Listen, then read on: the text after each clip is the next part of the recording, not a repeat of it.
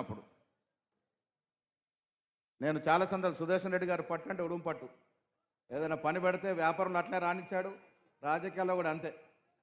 Medical కళాశాల ఎట్టి పరిస్థితిలో రానటువంటి పరిస్థితి ఆనాడు టెక్నికల్ స్పెసిఫికేషన్. కానీ నేను వారు సీనియర్ నాయకులు చాలామంది గులాబీ ఉన్నాడు, షబీర్ అలీ గారు గులాబీ నబియాతో పెద్దలతో ఒత్తిడి పెట్టించి మెడికల్ కళాశాల తెచ్చుకున్నాడు సందర్భం. దివంగత మహానాయకుడు రాజశేఖర రెడ్డి గారు ఆనాడు మనకి యూనివర్సిటీ ఇచ్చినట్టు సందర్భం.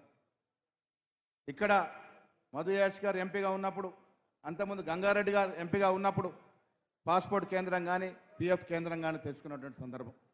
కాంగ్రెస్ పార్టీలో పరిపూర్ణమైనటువంటి నాయకత్వం ఈ జిల్లాలో ఉంది. దానికి తర్కాణమే ఆనాడు శ్రీనివాస్ గారు కానీ, అంతకుముందు బాలాగౌడ్ గారు కానీ, ఇవాళ సంతోష్ రెడ్డి గారు కానీ, అరుగుల రాజారాం గారు కానీ ఎందరో మహానుభావులు ఈ జిల్లా నుంచి ప్రాతినిధ్యం వహిస్తున్నటువంటి సందర్భం. ఇవాళ మండ వెంకటేశ్వరరావు గారు సుదీర్ఘమైన రాజకీయ జీవితం, పోచారం శ్రీనివాసరెడ్డి గారు ఎన్నో పర్యాయాలు ఎమ్మెల్యేగా ఆనాడు కాంగ్రెస్లో ఉండి మళ్ళీ టీడీపీకి వెళ్ళి టీఆర్ఎస్కి వెళ్ళి మళ్ళీ మాతృ సంస్థకి రావాలనే కోరికతో, మా అందరి కోరికతో ఇక్కడికి వచ్చినటువంటి సందర్భం. వారికి నేను స్వాగతం పలుకుతా ఉన్నాను. లక్ష్మీకాంత్ గారు, భూపతి రెడ్డి గారు యంగ్ ఎమ్మెల్యేస్గా మాకు ఇక్కడ ఉన్నారు. పక్క జిల్లా పక్క నియోజకవర్గం జీవన్ రెడ్డి గారు మా జిల్లాలో సగభాగం, ఆయనకు కూడా పార్ట్నర్షిప్ ఉంది మా జిల్లాలో. Is also partner in our district. So జిల్లా విషయానికి వచ్చినప్పుడు నాయకత్వం పుష్కలంగా ఉంది, కానీ క్రమేణా వెనుకబడుతున్న సందర్భం. ముందుకు కొంచెం వెళ్తున్నప్పుడు ఆదిలాబాద్ కానీ నిజామాబాద్ జిల్లా కానీ, సో ఇక్కడ ప్రత్యేక దృష్టి పెట్టాల్సిన అవసరం ఉంది. ఇంకా చాలా కార్యక్రమాలు వాళ్ళ కాంగ్రెస్ పార్టీ అధికారం రాకముందు ఇక్కడ ఇదే సమావేశంలో రేవంత్ రెడ్డి గారు పిసిసి అధ్యక్షుడిగా 2-3 పర్యాలు మీటింగ్లు చేసుకోవడం జరిగింది. మీ అందరు తెలుసు మిత్రులారా, పిసిసి అధ్యక్షుడిగా రేవంత్ రెడ్డి అయిన తర్వాత నేను వర్కింగ్ ప్రెసిడెంట్గా మాకు కెమిస్ట్రీ ఎట్లా కుదిరిందో కానీ ఒకరికొకరు అర్థం చేసుకొని ఆనాడు రాజకీయంగా ఉన్నట్టు పరిస్థితుల దృష్ట్యా ఎవరిని ఏ రకంగా మెప్పించాలో, ఎవరిని ఏ రకంగా ఒప్పించాలో అవన్నీ చేస్తూ తుదకి కాంగ్రెస్ పార్టీ ఐక్యంగా ఉంది అన్నటువంటి ఒక మాటని మనం ప్రజలకు తెలియజేయగలిగినాం. అందుకే 2023లో కాంగ్రెస్ పార్టీకి ప్రజలు పట్టం కట్టారనే మాట కూడా ఈ సందర్భంగా నేను మనవి చేస్తూ ఉన్నాను. ఇక్కడ సీనియర్ నాయకులు తుమ్మల నాగేశ్వరరావు గారు ఉన్నారు. చాలా సుదీర్ఘమైనటువంటి అనుభవం, ముక్కుసూటిగా మాట్లాడిన తత్వం. నాకెందుకు ఆయన అంటే చాలా ఇష్టం, నాకు చాలా ముక్కుసూటిగా మాట్లాడిన వ్యవహారం.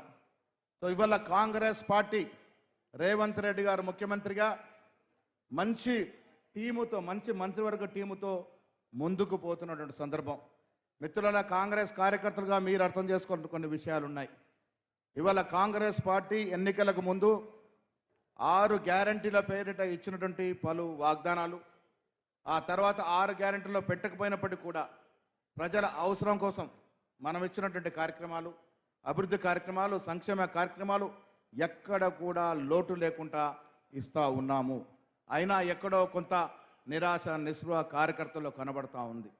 మాకు తెలుసు మేము అధికారంలో ఉన్నాం, పదవులకు ఎక్కాం, మీకు ఇంకా పదవులు రావాల్సిన అవసరం ఉందనే మాట కూడా, మా కళ్యాణం అయిపోయిందని మేము పక్కన కూర్చునే రకం కాదు సుమా అనే మాట కూడా చెప్తా ఉన్నాను. ఇలా మేము ఎమ్మెల్యేలు, ఎమ్మెల్సీలు, మంత్రులుగా అయినాం, మా కళ్యాణం మీరు చేశారు, మీ కళ్యాణం మేము చేయాల్సిన అవసరం ఉందనే మాట కూడా ఈ సందర్భంగా మనవి చేస్తా ఉన్నాం. ఇక్కడ పెద్దలు మంత్రివర్యులు ఉన్నారు, శాసనసభ్యులు ఉన్నారు, శాసన మండలి సభ్యులు ఉన్నారు. రాబోయే రోజులు మీవే అనే మాట కూడా నేను ఈ సందర్భంగా మనవి చేస్తూ ఉన్నాను.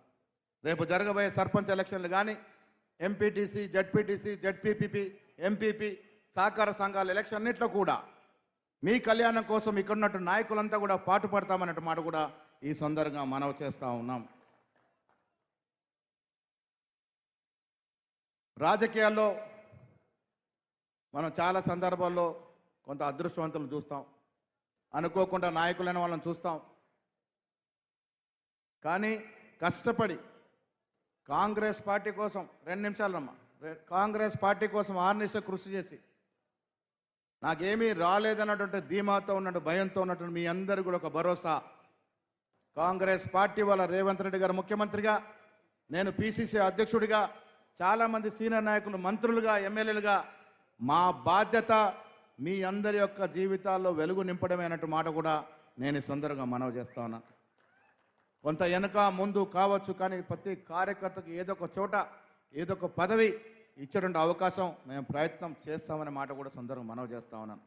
మీకు తెలుసు పదవులు తక్కువ ఉంటే కార్యకర్తలు ఎక్కువ ఉంటారు, కానీ వీలైనంత ఎక్కువ వరకు కష్టపడ్డ కార్యకర్తను గుర్తించి వారికి అందలం ఎక్కించేటువంటి బాధ్యత కూడా మాది అనేటువంటి ఈ సందర్భంగా మనవి చేస్తూ ఉన్నాను.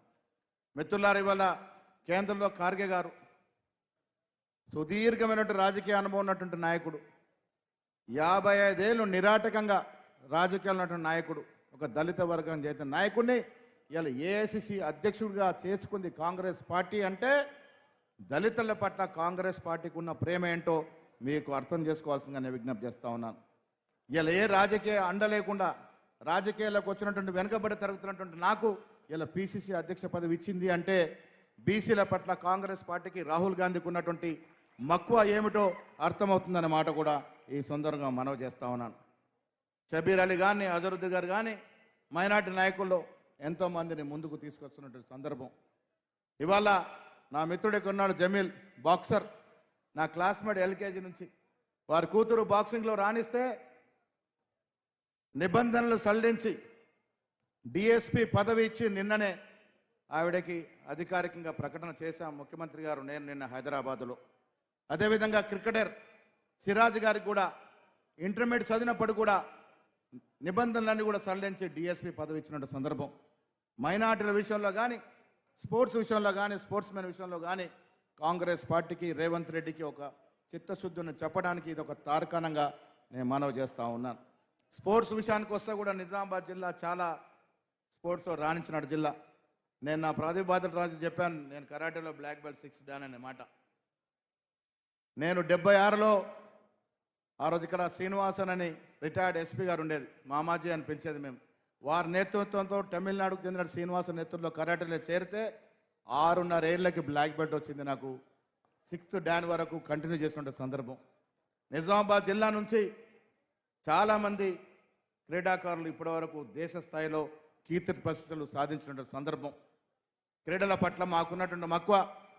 ఆనాడు రాజారాం గారు మంత్రిగా ఉంటే పోర్ట్ఫోలియో అలొకేషన్ అనేది పూర్తిగా ముఖ్యమంత్రి యొక్క డిస్క్రిప్షన్. కానీ రాజారాం గారు ఒకటి అడిగేదట, ఏ ముఖ్యమంత్రి ఉన్నా మీరు నాకు ఎంత పెద్ద పోర్ట్ఫోలియో ఇచ్చినా పర్వాలేదు కానీ దానికి స్పోర్ట్స్ని జత చేయండి అని. ఆయన ఎలక్ట్రిసిటీ మినిస్టర్గా ఉన్నప్పుడు, ఆర్థిక మంత్రిగా ఉన్నప్పుడు కూడా స్పోర్ట్స్ శాఖను ఆయన చూసేవారు. సో ఈ జిల్లాకి స్పోర్ట్స్ పట్ల కూడా అంత మక్కువ ఉంది.